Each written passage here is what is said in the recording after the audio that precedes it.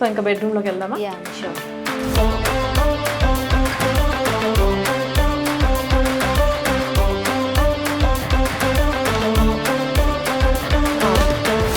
Colour combination బాగుంది లావణ్య గారు. Thank you అండి. ఓకే. అండ్ ఇంకొకటి నాకు ఇంకో డౌట్ కూడా వచ్చింది, బెడ్రూమ్స్ అన్నీ కూడా మోస్ట్లీ డిజైన్ ఇలానే ఉన్నట్లుంది కదా? యా, అన్ని డోర్స్ సేమ్ థీమ్ అండి మనది. సో ఈ బెడ్, ఈ కుషన్ ఇవంతా కూడా మీరే చెప్పారనమాట. అవునండి. అంటే జనరల్గా ఏంటంటే కొంతమంది అంటే ఇంటీరియర్తో పాటు బెడ్ ఇష్టపడట్లేదు, కొంతమంది ఏంటంటే జనరల్గా దాంతో పాటే ఇష్టపడుతున్నారు అనమాట.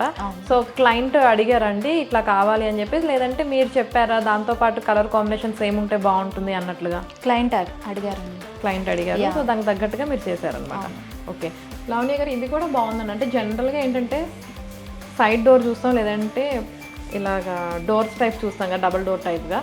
ఇక్కడ ఏంటంటే సైడ్ డోర్కి కొంచెం డిజైన్ డిఫరెంట్గా ఇచ్చారు కదా, ఈ ఐడియా కూడా బాగుంది. ఏంటి అసలు దీని గురించి కూడా ఎక్స్ప్లెయిన్ చేస్తారా? యా షూర్ అండి. యాక్చువల్లీ ఇదేంటంటే మనం డ్యూయల్ కలర్ యూజ్ చేసామన్నమాట థీమ్.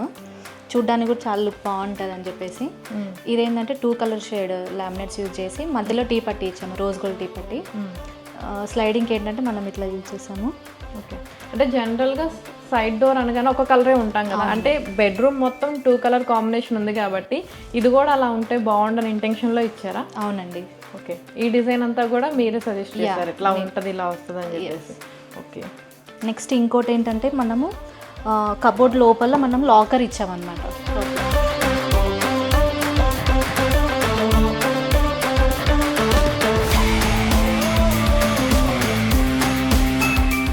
నెక్స్ట్ వచ్చేసి మనం ఇక్కడ విండో సిట్టింగ్ చూడొచ్చు.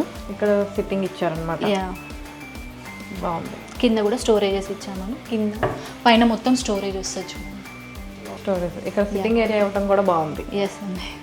ఇక్కడ sliding door ఇచ్చామన్నమాట.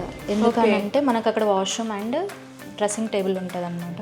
Okay. Dressing area and washroom కింద కొంచెం ప్రైవసీ ఉంటుందని చెప్పేసి మనం స్లైడింగ్ ఇచ్చామన్నమాట. ఓకే. ఇది కూడా కొంచెం పెద్దగానే బాగానే ఇచ్చారండి, బాగుంది. లావణ్య గారు ఇదేంటండి, స్టడీ టేబుల్ టైప్ ఇచ్చారా? అవునండి, మనకి ఇక్కడ స్పేస్ ఉంది కాబట్టి మనం ఇట్లా యూజ్ చేసుకున్నాము. సో ఇది స్టడీ టేబుల్. ఇది ఏంటంటే ఫోల్డబుల్ టేబుల్ అనమాట.